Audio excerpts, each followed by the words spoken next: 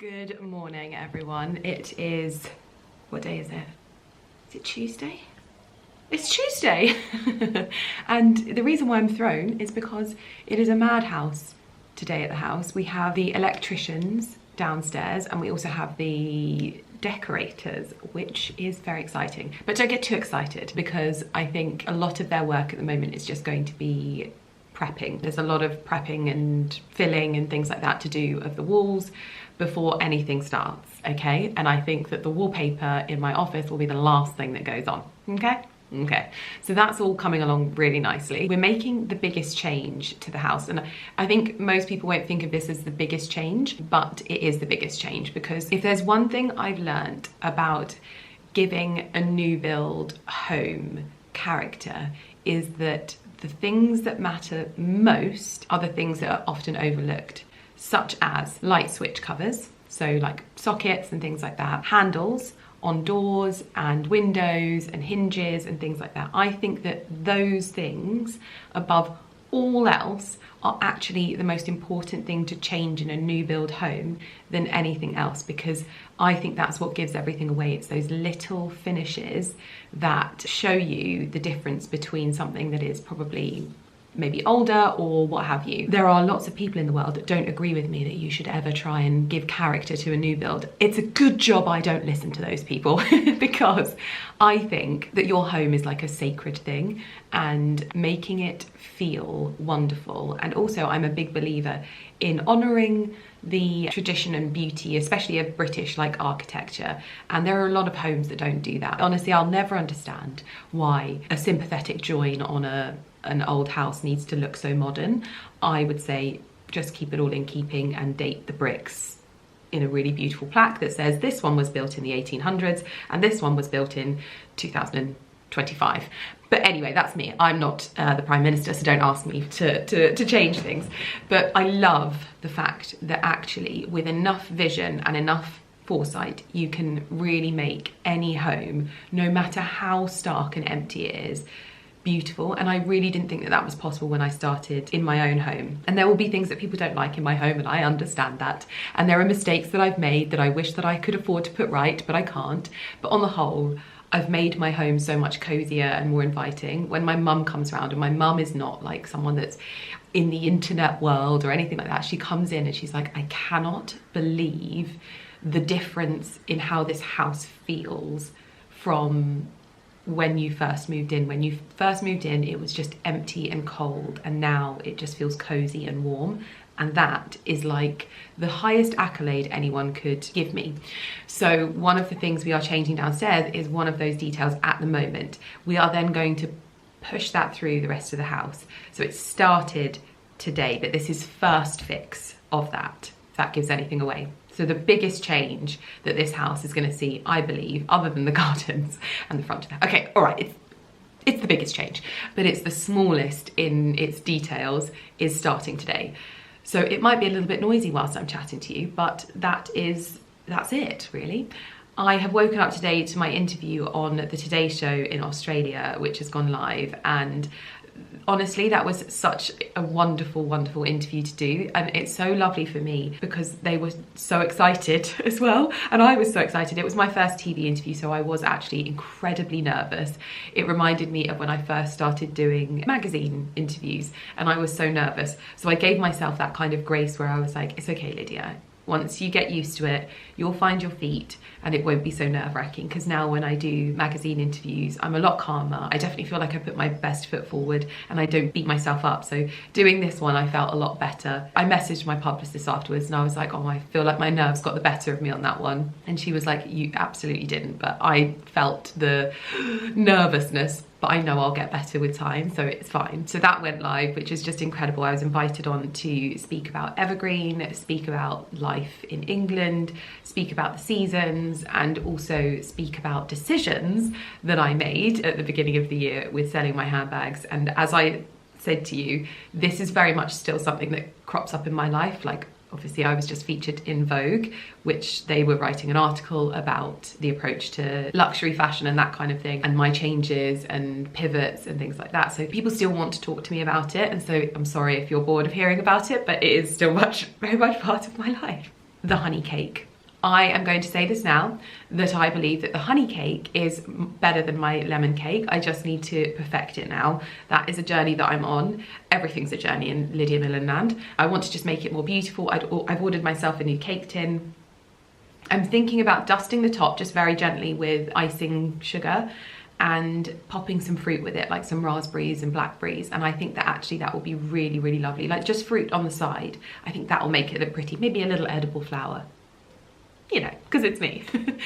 And I think that'll be enough. It may not have the most presence on a cake stand, but my goodness me, yesterday, I rarely ever have cake after dinner, but what it is that even though there is honey and sugar in it, which sounds like a lot of sweetness, it actually is really light and really lovely and just the perfect after dinner cake for me anyway. So I'm going to be working on that, and I think because it's obviously got the hen's eggs and our honey from our bees, I wanted to give it a name that felt like it communicates that it's not just I've grabbed some honey from the store and, you know, knocked up a cake. It's very much part of everything that we do here at our house. So I've renamed the honey cake the Homestead honey cake because it's made with obviously our hen's eggs, and there's 7 of them in there, so it's a lot. So yeah, there's that. And you're probably wondering why I'm sat in front of you not even half dressed, in my dressing gown with my hair wet. Well, I know that there has been a few questions about like beauty things and beauty bits and pieces recently, so I thought I would actually show you how I've been doing my hair. I paid close attention when Imi blow dried my hair the other day, and I was paying really close attention to what he was doing and thinking about how I could replicate it with my straighteners, because I can't do blow dries at home. The Dyson Airwrap just doesn't last in my hair. I know that they've released one that they now say does last in your hair. I am not prepared to pay again for something that should have just done the job in the first place. So I'm just putting that one to bed. And I'm gonna stick with my trusty straighteners. And I think I have mastered it. So I thought I would show you some of the bits that I have been using in terms of beauty at the beginning of this video, which seems very good because we're supposed to be prepping for the Downton Abbey premiere. You know that if I'm going to the Downton Abbey premiere, I need to have like everything prepped. So I thought this was good. Fresh hair, going through my hair routine, but also talking to you about my skincare at the moment, because honestly, I just walked downstairs and even my assistant was like, your skin at the moment. And I actually haven't yet even finished my skincare. So I've washed my face this morning and really like just happy with my skin at the moment, but hydration and just the general like condition, plumpness has been my focus. I've kind of moved away from more of the harshness. I know I talk about this a lot. It's not that I don't use them, but I just don't use them every day because my skin can't handle it and you notice it straight away. And so I thought I could just quickly get my skincare off. I usually do this downstairs, but seeing as we're doing like a bit of beauty bits and pieces up here, I thought there's no harm in me doing it up here. I obviously have had my hair freshly done and my colour done, so we're all prepped. What has happened is my hair has mostly dried, and so what I'm gonna do is just get this into my hair. This is the Olaplex Volumizing Blow Dry Mist.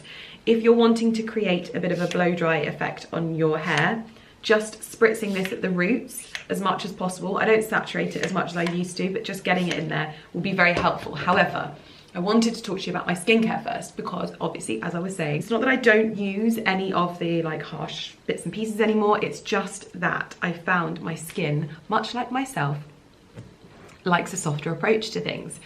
And I have found that actually when my skin is soothed, hydrated and protected, it actually is better than when I'm stripping it so much, and I actually get more compliments on my skin.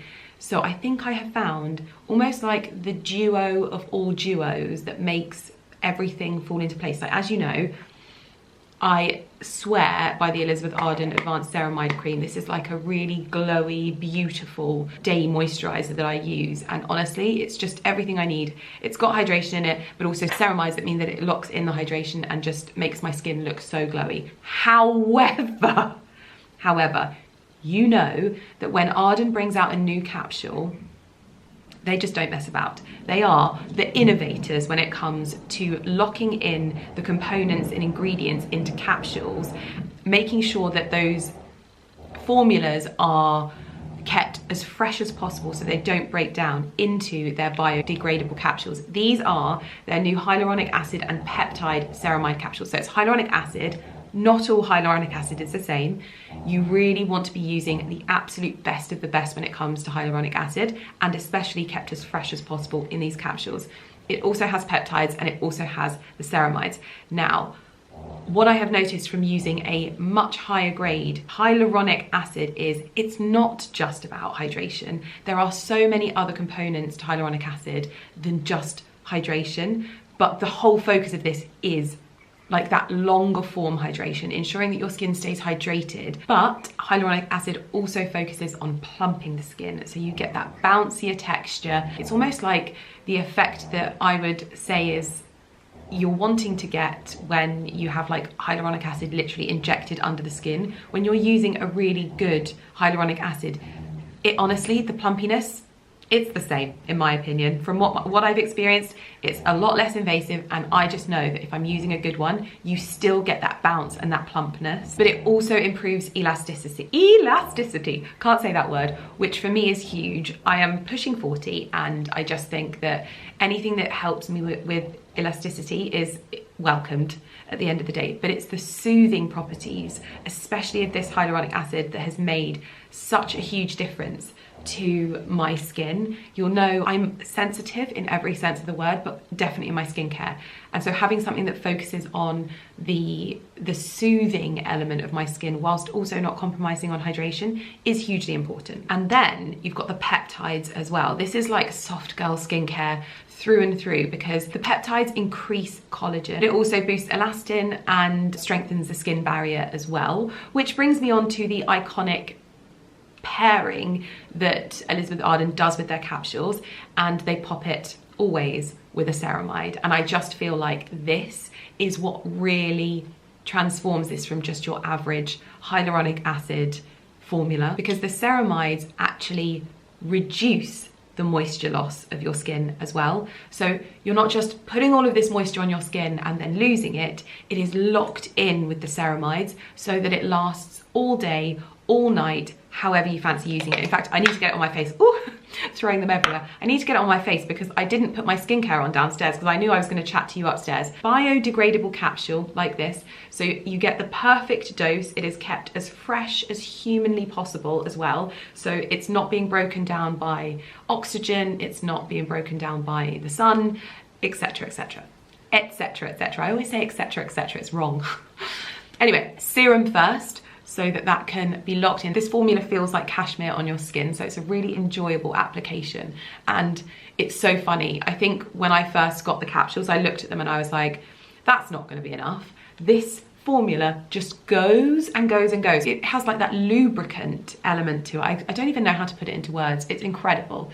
And this is that real shot of hydration. Using a serum in this way is going to really, really amp up that glow. Obviously, it is not just the serum that has launched. There's almost the pairing that makes it even better, which is what I've been sat here going, shut up Lydia, stop talking so much and get your skincare on your face. But also there is the hyaluronic acid peptide ceramide hydra plumping water cream from Elizabeth Arden as well. Now you'll know I absolutely love the Elizabeth Arden retinol and HPR water cream. It's incredible.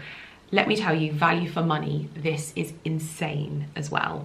It lasts forever. I don't know how they have managed to get so much product into something this size, but it is so, so good. And pairing it with the serum is like an ultra intensive moisture shot to your skin. Hydration, glow, just everything that you want. Plumpness, protection, soothing, but not compromising on having beautiful radiant skin, because I think sometimes that's what we think, we have to like strip everything back, but actually less is more when it comes to the stripping, and hydration is going to be your best friend in creating beautiful glowy skin. And that is the duo on my skin. I'm going to show you by the window because I always show my skincare there because I feel like you can really see what it does. This is not just skincare, okay? This is Elizabeth Arden skincare, and they have 125 years of expertise and heritage in this industry. And I think what I love to see about this is it's not a wet, sweaty hydration. This is just naturally plump and beautiful skin. They also have some incredible stats, which I feel like I really want to do justice, because when a brand and a product has stats like these to strengthen the messaging and the confidence that you can have from buying from them and buying and testing the product, I think it's super important. You can't have really performance-based skincare nowadays without some kind of scientific fact to back it up. So the water cream, 96% agree that skin feels firmer and 95% agree that skin has a radiant glow. And then for the new hyaluronic acid and peptide ceramide capsules, the key claims are 100% show instantly plumper skin, and then that it boosts skin's natural hyaluronic levels by 109%. It supposedly plumps skin in 10 minutes and instantly plumps skin by 39%. And the thing that I love is that even though both of these are working towards the same result, they each have a different role. So the hyaluronic acid and peptides ceramide hydro plumping water cream focuses on hydration and plumping, and it has 5D hyaluronic acid technology in it, which is it is that higher grade hyaluronic acid that lasts longer on your skin. But it also has phytoceramides, exosomes, and 16K signal peptides, whilst the hyaluronic acid and peptide ceramide capsule focuses on hydration and firming. So you've got that two-pronged attack for the same goal, but different focuses of each product. So you need both essentially to work in tandem together to create hydrated, plumpy, radiant, and glowing skin. And this is literally like filler in a capsule, and 100% of people said they noticed that their skin was plumper, hydrated, just fuller in general. So that is exactly what I'm hoping for, basically. The capsules have size shifting hyaluronic acid technology in them. It also has phytoceramides, and it's also got its own peptide complex locked in as well. So I will link both of these down below. I just love it so much because for me, it doesn't look like sweaty hydration. That is not what you want. What you want is glowy, plump, beautiful, radiant hydration.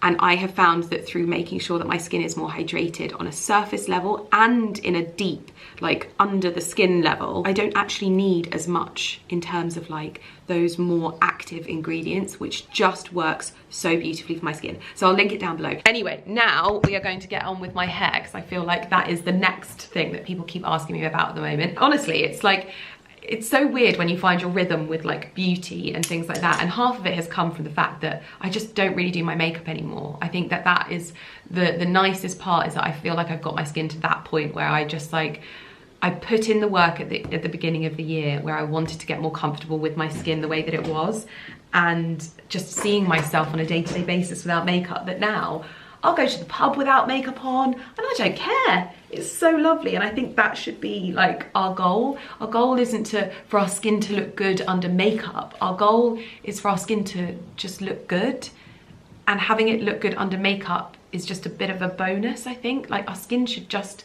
look good, and we should be working on making our skin good so that we can just enjoy it in its most natural form. That's what I think anyway. So for hair, I am just going to blast dry it upside down. I feel like that puts the most amount of moisture into my hair. I've obviously spritzed it with this. And at the moment, I'm trying to get myself to a point where I'm using mostly British brands on my hair. And I've been using a little bit of this Wonder Balm hair primer from Percy & Reed. I'm about to buy a new shampoo as well. I found a shampoo that's called the Greenhouse shampoo from Noble Isle. I have to try it. I have to try it. I simply have to. And it's a really beautiful British brand. This is also a British brand, and this is their Royal Blossom Historical Palaces Wonder Balm hair primer. And I just pop a little bit of this. In all honesty, I can't put too much on because I have let my hair dry so much in doing an Instagram post between talking to you that this is where we are. So let's blast dry my hair upside down.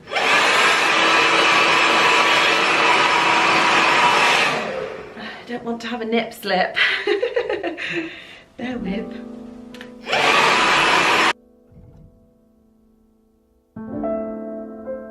And this is what my crazy hair looks like when I blast dry it. There's a lot of like texture in it, and it looks kind of like all over the place. If I leave it to dry naturally, it actually has quite a nice wave to it, but I just generally just get it dry because it takes so long. It's probably a bit more texture to it because I was letting it dry when I was doing my Instagram post. Never mind. Anyway, I always like to put a hair oil on when it's dry, and I swear by my Rehab Dose 1.0.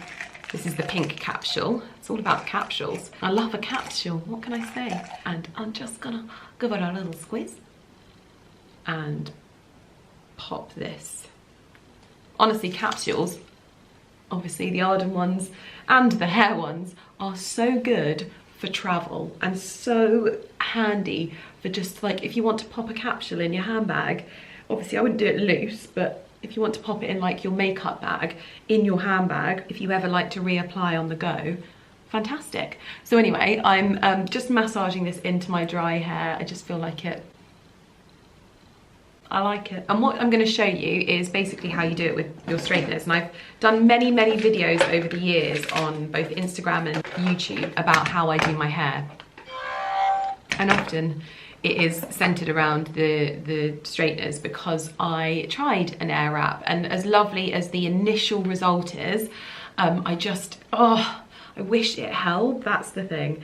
And it's a lot of time for me to do it. So what I do first and foremost is I actually section this middle section, because this area is going to be the one place where you want as much volume as possible. And I go right onto the crown because I have a flat head at the back. So I like to try and create volume at the back of my head, and you'll see how I do that anyway. But I'm just gonna, you know, grab up a bit of hair and then I'm gonna clip it out my way. I realised I hadn't done anything about like sort of general beauty bits and pieces for a while, and although this video is not going to be a full video, I thought a little bit of a showcase was in order. So I used to just do my hair in 2 sections, literally straight down the middle. I don't actually do that anymore. If I'm short on time, I will, because this is a longer process doing it this way. Tie the section that I'm not working on to one side, just keeps it out of the way, and I start from the bottom up. Section this bottom section, like so. Da, da, da. And again, you want to clip it out of the way. So multiple clips are handy, but not essential. But if you don't have them, you're likely going to have it in your mouth and all of that kind of thing. So I think from what you'll see from a lot of at-home faux dries, as they're called, you'll see a lot of people that suggest just kind of straightening the hair and then like curling it at the end, and that gives a really nice amount of volume. But what it does is it creates a lot of volume at the ends of the hair versus actually at the root of the hair, and that's the key to a good faux dry. It's harder at this base level, but I still do a little bit, and it is all in how you use your straightener. So I go right at the root and I bring the straightener up like so, because if you think about when you make a crease in a bit of paper, it stands up.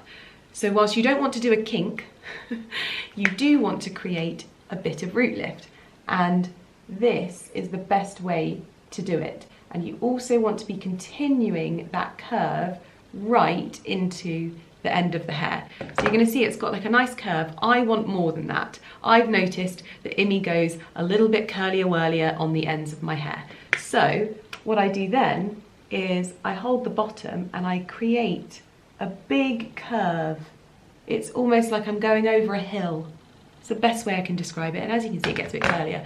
Now I'm showing you this multiple times. I wouldn't go over my hair this amount of times as normal. I'm just going to push you back so you can see the bottom, but you can see there, getting a bit curlier. Now, I'll probably just finish off that end part like so by giving another over the hill style curve. So we're not pulling the hair straight down and then just whipping in at the end. And as you can see, it's getting a nice, look at that, that is it right there. That is what you want to achieve just from doing that. So you want to go over the hill and really pull in that curl at the end, and that is what is going to give your hair bounce and lift and not heaviness, because you never want a heavy faux dry or blow dry, in my humble opinion. So we're going to repeat that again on this layer. This is probably my most concise hair tutorial yet. Again, you lift up like that. Much better to keep a hold of the hair in your hand as you do it. The first pass of the straightener is always the hardest if you've got frizzy hair like me, and you don't really get much from it other than a bit of smoothing, but you continue on. I take quite big sections as well, but holding onto the hair stops it falling down and keeps it in the plaits of the straightener. Over the hill, and you're starting to see that little thing. Obviously, heat protector, all that jazz, root lift, and we are getting somewhere. I take bigger sections as well, but I think now we're just going to go for the last over the hill, like so. And you've got yourself a smooth blow dry. Now, what you're not seeing at the moment is much root lift here. Like I said, much harder on the bottom layers. Really, you just want to create that bounciness down. So let's move on to the next layers, because around about the ears is where you start to see that root lift. I'm just going to section this front bit here because that's going to make it the easiest to showcase. Now I have all of these little baby hairs around my hair, so I have to sort of collect them up. And I do tend to add a little bit more of this spray around the front of my hair because that is where I want the ooshy swooshiness, okay? That is actually a technical term as well, and I'm going to trademark it so that a brand can't steal it and use it on their hair products. Ooshy swooshiness. So, at the root and lift up like so. So you want to lift up to the clouds, but you're just going up a steeper hill now. Very, very steep. Curling it round like so. So you're not still getting that ooshy swooshiness yet, but you are getting that little bit of root lift. Look at that. That's a lot for me around the ears because my hair weighs a ton. We're not done yet, don't worry. We're not happy with that yet. We're going to go over the steeper hill like so, up, pulling it away, making sure you're bringing it up towards the skies, and then really curving under like so. So you're starting to get that, oh look at that. And look at that root lift around the ear. Now, in order to get even more, you can section this little area here. I'm going to sort out these bebe hairs. But to get a little bit more root lift, you can go with a thinner layer and again, bring it up to the sky like that. Walk up that hill, baby. And that is where you start to see more of that blow dry feel. Now, if you really wanted to get some like hold in that and more lift, you could then put this into a roller, but I've got to be honest with you, I don't have the patience, okay? When you can see that there's like a straightness to it, you want to go up that hill again and just bring it out. So really create hold so that the hair is not sitting flat. Mix it in with this section here, et voila. Okay, let's continue on. I'm gonna go up that hill. I don't know where this up the hill has come from, but it's just transpired in this tutorial, so we're going with it. I tell you what, if anyone wants to have me do their, you know those like master classes, I'm your girl. If you hear anyone talking about walking up the hill, it was me. Now you might not be comfortable passing the straighteners over your hair as many times as I do. I know that there have been many people that have been horrified by my actions with straighteners in the past. My hair can take it and has taken it for many, many years and is in the best condition of its life. You're starting to see the ends of your hair creating that ooshy swooshiness, a little bit of shape. This is the best way I've found, okay? It's not perfect, it's definitely not an Immy blow dry, but it is better than nothing. And at the end of the day, this is just like putting hyaluronic acid in your hair. You want that plumpness at the root, just like you want that plumpness with the Elizabeth Arden serum and water cream. Plump is best. So again, we're going to go at the front because I think that the front is the most important part. Go in at the root. Now here, you're starting to get to the top of your head, so you really want to get that root lift. So I would suggest almost pulling it over to one side. So you're going to see here, we're going against gravity now. We're going up over the head and bringing in that curl. So can you see that we're getting a little bit, there we go, it's not huge amounts, but it's enough for me because the heat of the straighteners really creates the root lift that you want and hold. Ooh, it's gone quite curly-whirly. It's a little bit curlier than I was planned on, but we're gonna go with it. I quite like it. Now, defying gravity, just like Elsa. Is it Defying Gravity that Elsa sings? Who knows? Okay, see where we're getting to now? You're starting to see that sort of TOWCESTER-ness. You've got a little bit of like root volume, a little bit more than we normally would. We're getting there.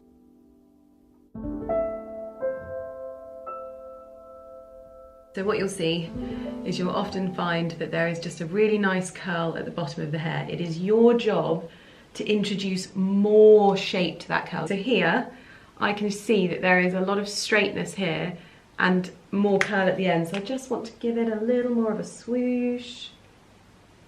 And that, see, look at that. Little softer touch to it. And as you can see, this is how things are coming together. This is what you want to see from a faux dry. If you see someone with straight hair and then a curl at the end, I mean, that might be the faux dry that they want, but that's not the faux dry. I wouldn't say that that's a blow dry as a faux dry. You want this lift and body and airiness to the hair as much as possible. So you're gonna want to be going over that hill wherever you can. So this is the final section of this section. We're not going to go onto here, we're going to go onto this section, but you want to really hone that volume at the root. I'm actually finding it easier using a hairbrush, so you do what you want to do, but we're going over that gravity. Oh, she's looking good. She is looking good. I do say so myself. That is one side of the faux dry done. I'm going to leave it like this for now and move on to the next section. But you literally repeat the same thing. So I'm just gonna through this one.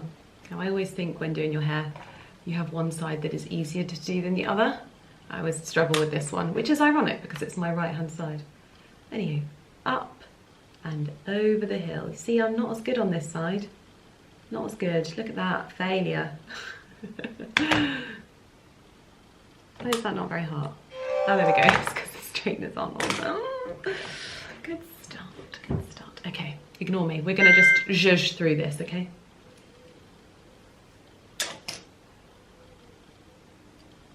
What have we done here? Oh my God, why have I got so many clips in my hair? I've got like, I think I've gone a bit overboard.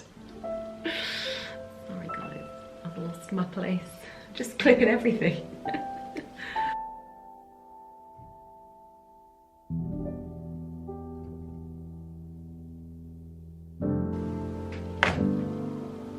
Oh, look at that volume.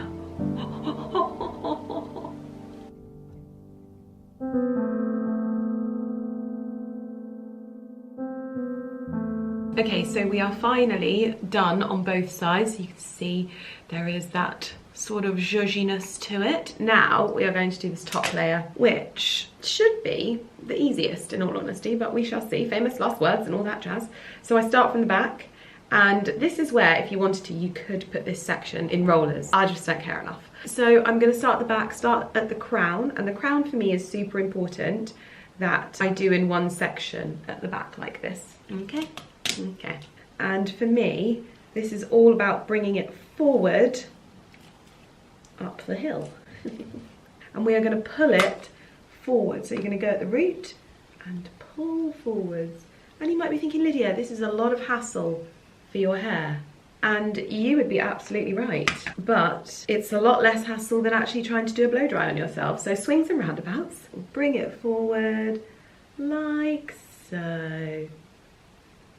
And it's almost like you're scoring a ribbon. Now there will be bits that escape. That's just life, unfortunately. Just like opportunities. There will be opportunities that escape. And you can bring it round to the side to really get the swooshiness, because you want to create a nice amount of shape at the back, because otherwise if you've got a flat head like me, it can all end up looking a little bit strange. And voila, that is the first part of the crown done. Again, I'm going to keep moving everything backwards, and then I just sort of get to a point where I just start going forwards. It's sort of play it by ear in all honesty. And honestly, the further you can pull it forward, the more volume you will receive in your hairline. Please ignore all of my horrendous faces when I concentrate as well. I just can't, okay? I can't do it. I don't know how the girly whirlies look good whilst also doing their hair. I can't do it. I can't, and I'm sick of trying.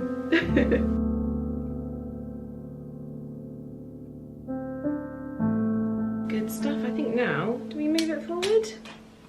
Yeah, let's move it forward. So we start at the front now, we're kind of working our way to the middle. So I'm gonna do my fringe. We're on the home stretch, people. I promise it doesn't usually take me this long. It's just because I'm talking to you about it. You're gonna go backwards now to create root lift and curl. It's usually the second pass that you really see it take shape, I've got to be honest.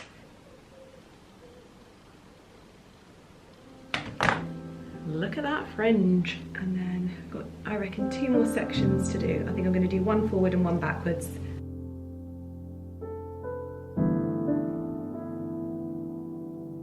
That is it. So, once you've got to this stage, you're going to get another capsule, which is the High Shine Finishing Hair Oil. You cannot say that I don't love a capsule. This is from Rehab as well, and I'm going to get this and pop it through my hair as well. Squeeze it all out into the hands, and I just kind of comb it through. You want to get all of the shine into the hair. Right, then, whack yourself in the teeth with your necklace. And you just kind of zhuzh it to suit you, I would say. But you want it to be something that you play around with. You'll get a bit more volume in some places, less in others, but that is generally it. You can brush it out as well if you want to, you know, give it a good old brush. But that is plump hair, plump skin, ready for the Downton premiere red carpet. We've also got an event just before for it as well.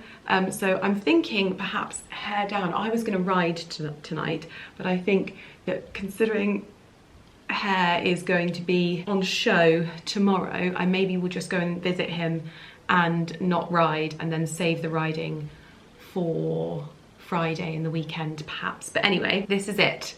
Plump hair, plump skin, all of the good stuff. I'm gonna go have some lunch now and actually get myself ready for the day, because that has taken me so long to show you. I will pop a link to the Arden products in the description box down below as well, so you can try them for yourself. But I am gonna get ready for the day now. Love doing this, felt like old times. Also, little hack, sorry, I've gone down and I've had lunch now, and I've had about 50 million slices of honey cake, so much so I've realised I'm going to give some to the tradesmen downstairs, because first of all I'm just so happy they're here, and second of all it means I can't eat it. But this is a really good hack to keep volume at your root as well, just like clipping the root of your hair up like that, but also keeping your hair off your face. You might look a little bit odd, it's not really the vibe, but doesn't matter. So, dress for tomorrow. Very strange sort of dress code for the Downton Abbey premiere. However, I spoke to Charlotte and we agreed that I can go all out. Thank goodness. But I'm outfit repeating. Well, I feel like I'm outfit repeating, but I actually don't think I am, because I've actually never worn this dress out. There is no better time than the Downton premiere. If anyone is new here, I don't think you realise that Downton Abbey basically saved me in lockdown, okay? It gave me hope, it gave me escapism. It was probably the time when I realised how much watching certain things affected me. I don't think I'd ever drawn the correlation between watching like an action film or a horror film and how it made me just feel horrendous, in contrast to watching something like Downton Abbey, which is just wholesome, wonderful watching. And I honestly cannot believe I'm going to this premiere first of all, so of course I had to go all out. But I'm gonna wear my Dior velvet gown. Now, you might think that this is outfit repeating, but it is basically, I have shot in it a few times, and obviously I was on the Country Life frontispiece piece wearing this dress, but I haven't actually ever worn it to anything. And so I feel like this dress has been waiting for this moment. So that's what I'm going to be wearing tomorrow. It's already laid out. I've ordered myself a little sort of choker to go with it. But I have also had another dress arrive. I tried on this dress and they didn't have it in my size. They kind of pinned me into it, I wasn't sure. They've sent it to me to try on to see if I like it. I have 2 dresses from this brand and I wear them so much, and when there is a dress that I think could be a real workhorse in my wardrobe, I will sometimes add it into my collection. It is beautiful. It's kind of the colour palette that I love, and I feel like I will wear it if it fits me nicely. It's a Dior dress, and I have just been seeing the first dresses from Jonathan Anderson, and I might be eating my words. I'm not excited now. When I saw the bags, I got excited because I felt like they had this really uber feminine edge. So far, the only thing I like is, what's the singer that everyone loves that's a little bit sexy with the blonde hair? I don't really follow her and I don't really know much about her. Anyway, she wore a suit that was very Dior New Look, but like a modern twist. Didn't like the length of the skirt, but that got me excited, and then nothing else got me excited, so I'm not so sure now. So, we're gonna try this on together, this dress. And I'm a customer, so I need to know if you don't like it, because I don't want to spend this money on something that isn't A, worth it, and doesn't look good, okay? I don't care about anything else. This is just supposed to be something that brings something to my wardrobe, and I've got a really lovely polka dot dress that I love to wear that feels a bit more casual, and then I've got my little gown that feels like an actual heirloom. Good Lord, babe. And then they've glued it down. Of course they have. They've glued it down so much that I cannot get into it.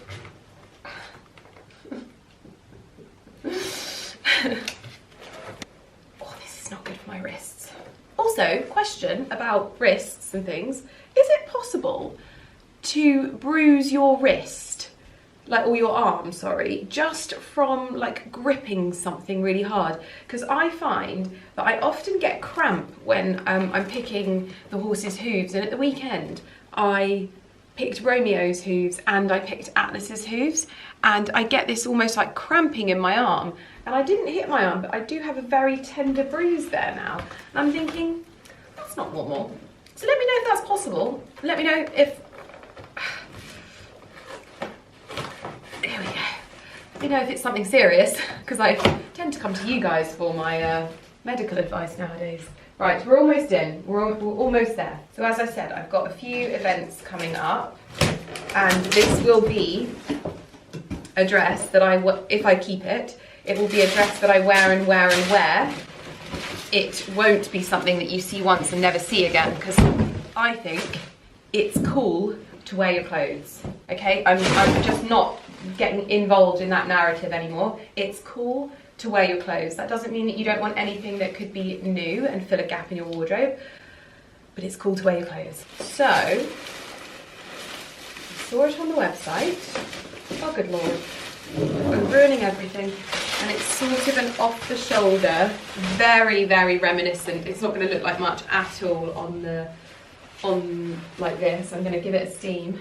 Very, very reminiscent of like 1940s, 1950s Dior. Nice amount in the skirt, beautiful ivory. I think, is it silk? Yes, 100% faux silk. It reminds me, it feels exactly the same as my Oscar de la Renta dress, the one with the hydrangeas on.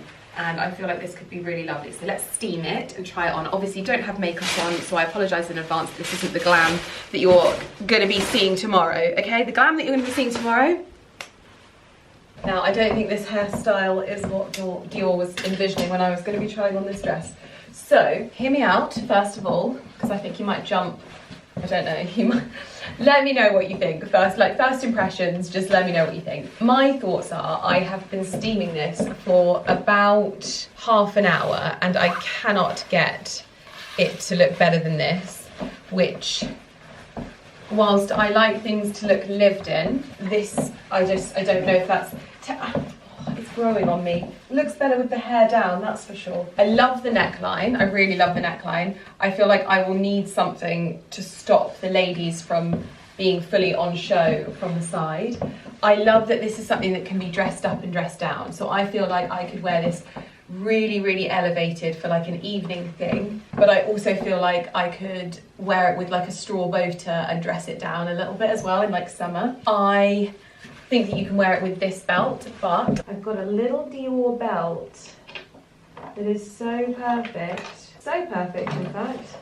I've got no idea where it is. So I think I will enjoy wearing it a bit contrasted. So with a black belt. Ooh, maybe this doesn't work. What's going on here? Put some shoesies on. So this is it with like contrasting accessories. And I also have a really big Dior lace leather belt, like I laser cut to look like lace. Is it worth it? I feel like it's versatile, but is it special enough?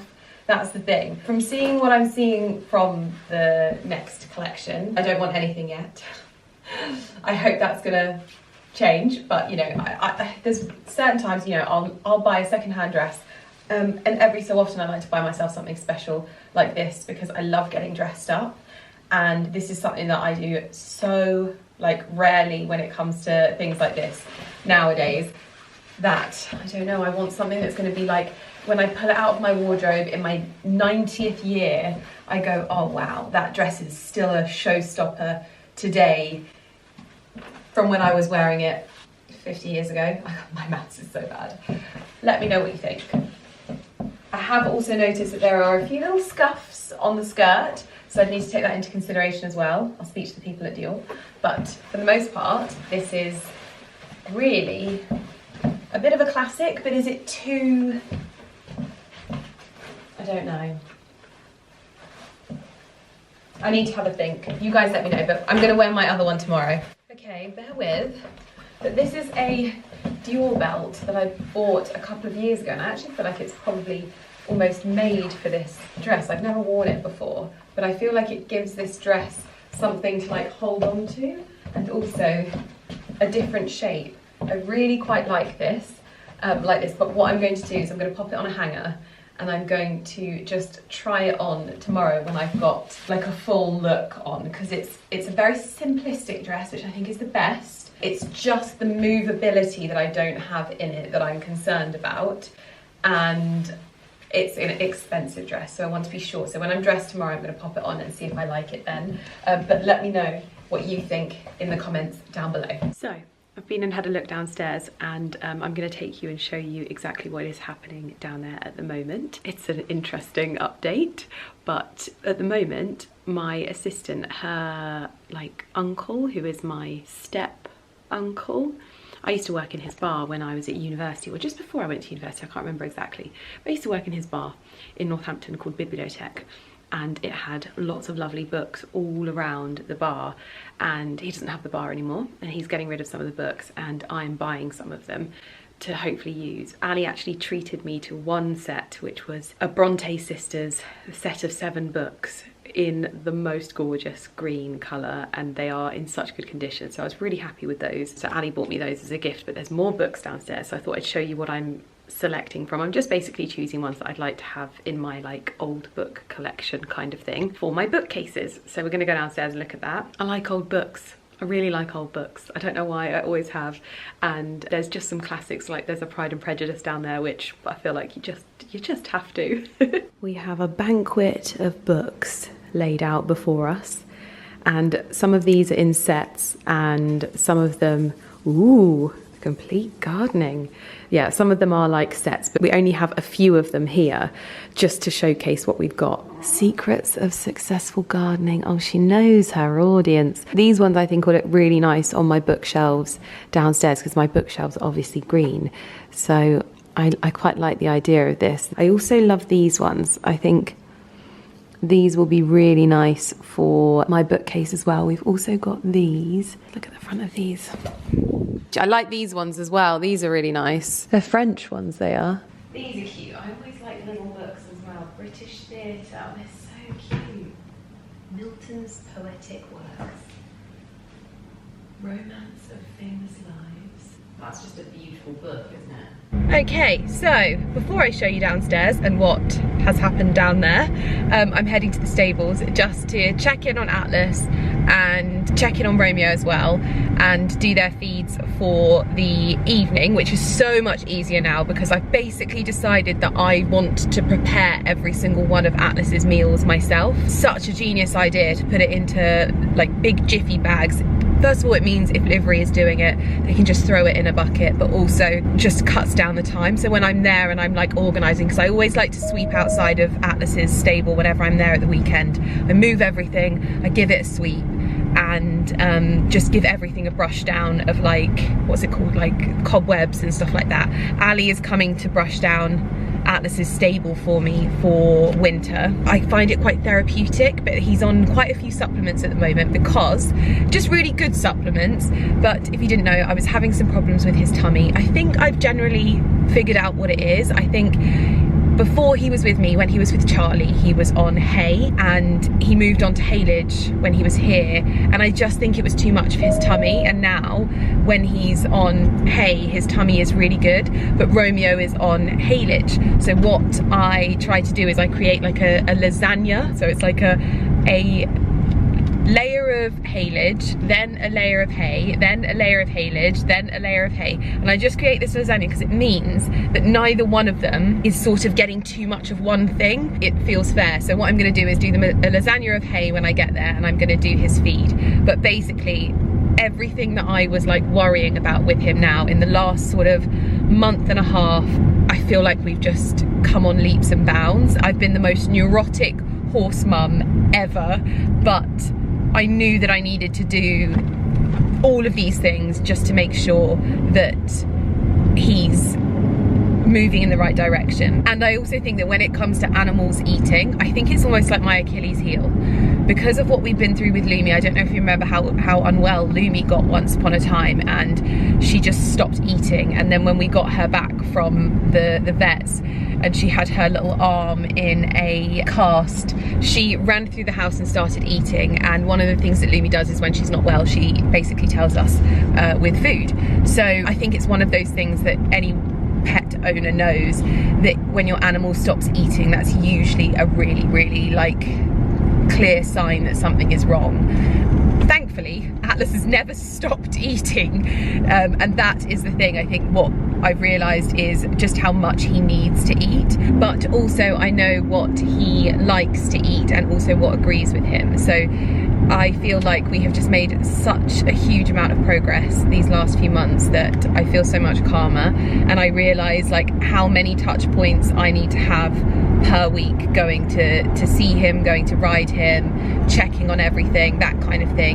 And it's just been a huge confidence building as well. Like, I genuinely know now when he needs something, and I cannot tell you how calming that is to know that you understand your animal to that level, to know when they need something.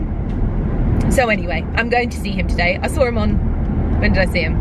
Saturday, but I'm going to see him today as well. I will see you when I get there. Hello, my gorgeous boy.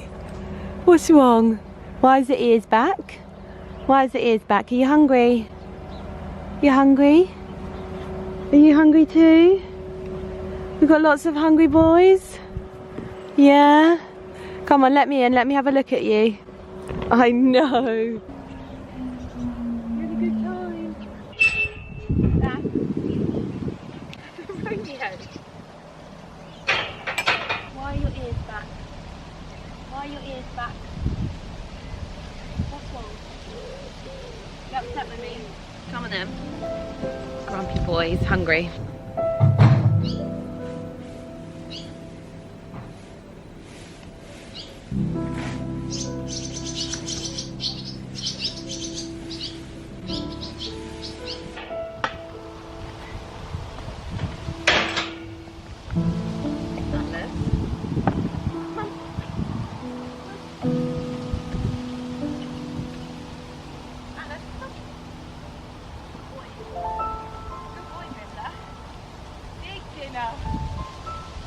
Well, it has been a minute and I am dressed for the Downton premiere. I'm currently trying to decide between earrings.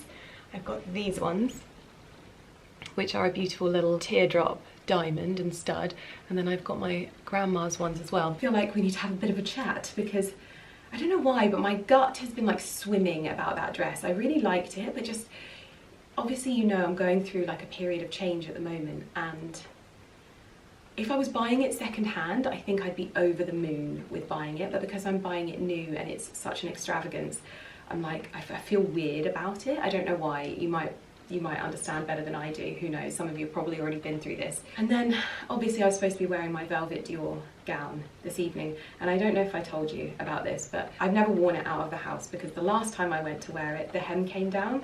I had to send it to Paris and it was like lost for a few months as well. I literally didn't have it for ages. They fixed it, they sent it back. I haven't worn it since. I've been preparing to wear it for a special occasion, and I thought there's no occasion more special than the Downton Abbey premiere. I've gone to put it on, our car is outside, and the hem has come down again, and it's just like completely coming away. I don't even know if I can, I'll show you. Like, it's right at the front. If you pull it, it just falls apart. This is the second time that I've gone to wear it and this has happened. And I'm just like really deflated because I loved my outfit for the evening and it felt so Downton Abbey. This doesn't necessarily feel so Downton Abbey anymore, which I'm kind of like, I feel like the wind has been kicked out of my sails. It's just a dress, I know. I've had to sort of switch up my outfit last minute. Luckily, the skin is skinning, thanks to Elizabeth Arden, honestly. Like, as long as the skin is skinning, I don't care. But it's just one of those things where I'm like, oh, I really feel like I've just knocked the wind out of my sails. I had like bag planned and everything, and I just feel like this bag doesn't really go with the outfit as well. I don't know. Anyway, I'm trying to decide between earrings. I feel like I'm gonna pick the wrong ones because I'm in one of those moods, but I'm gonna take these with me in my handbag anyway in case I change my mind. Other than that, we are ready to go. I'm gonna switch over to my phone though, because I don't think I'm gonna take you with me. I'm just going to film bits on my phone. Luckily, I don't think we're running too late now, but you know, famous last words because it's raining outside and I hope my hair lasts. But yeah, anyway, sad times. Not really sad times, there's worse things to worry about in the world, but I just thought I would show you my outfit.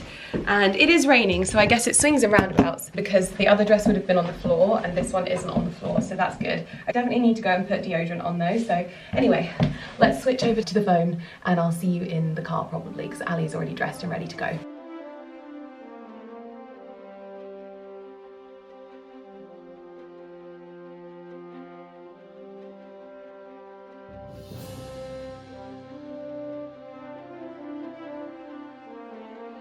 Now Lids, how does it feel on the feet? The carpet is so interesting, isn't it? It's like, it's a soggy red carpet.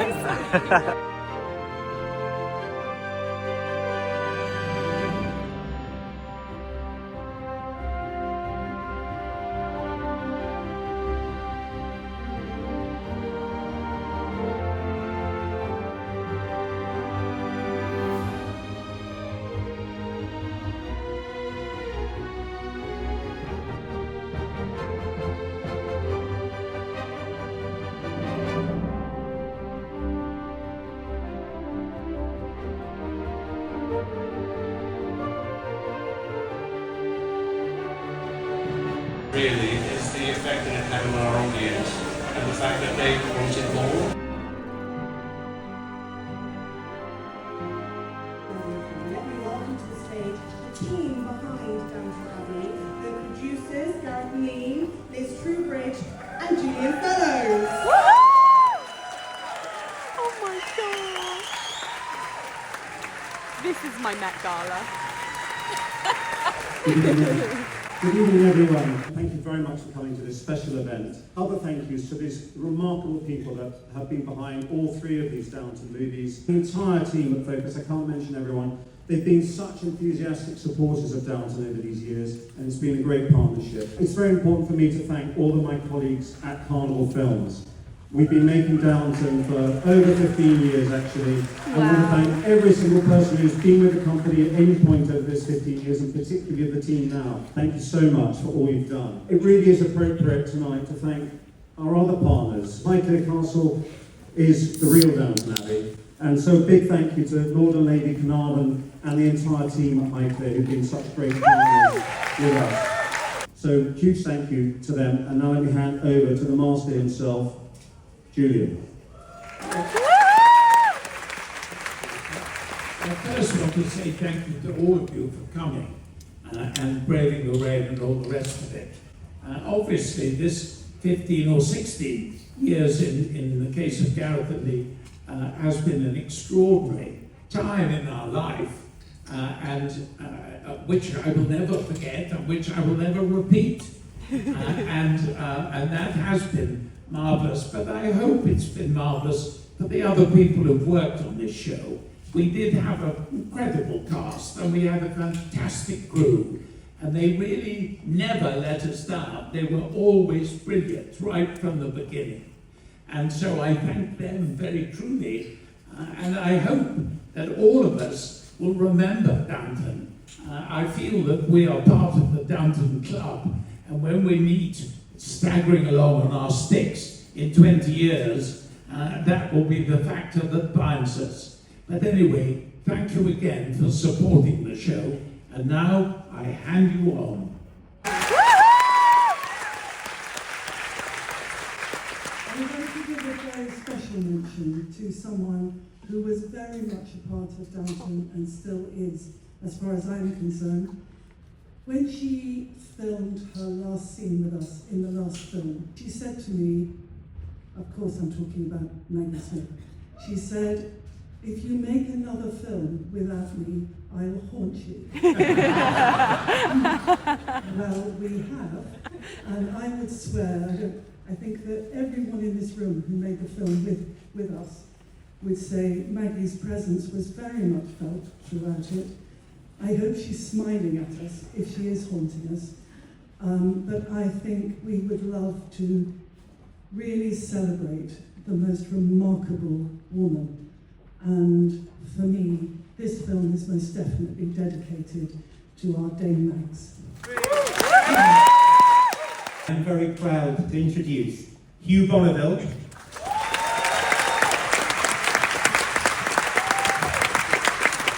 Laura Carmichael, Jim Carter, Raphael Cassidy, Michelle Dockery, Kevin Doyle, Joanne Froggatt, Archie Fruiton, Harry Hudson, Robert James Collier, Alan Leach, Phyllis Logan, Sophie McSherry, Leslie Nicholl, Douglas Reese, Jodie Nicholson, Dominic West, and last but definitely not least, Dame Penelope Wilton. Thank you so much for coming. We're very proud of this film and we hope you enjoy it. Have a great night. Thank you.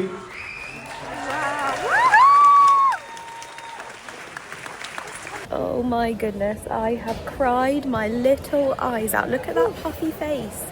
Oh my gosh. Okay, I feel like if I don't debrief you now, I won't ever debrief you. But that was absolutely, makes me cry. So good. So sad. Honestly, I feel like it captures exactly the essence of Downton. I was saying to Ali, I didn't love the previous film. In fact, I can barely even remember what happened in it. But this is so good. So good. You have to go and see it. You have to, especially if you're like, if you just, I don't know, you just have to go and see it.